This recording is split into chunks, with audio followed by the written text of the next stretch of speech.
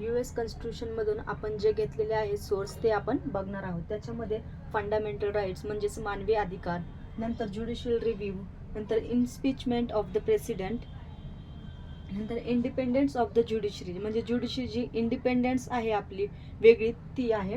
नंतर removal of the Supreme Court, high courts and जजेस and it is post of the in voice president.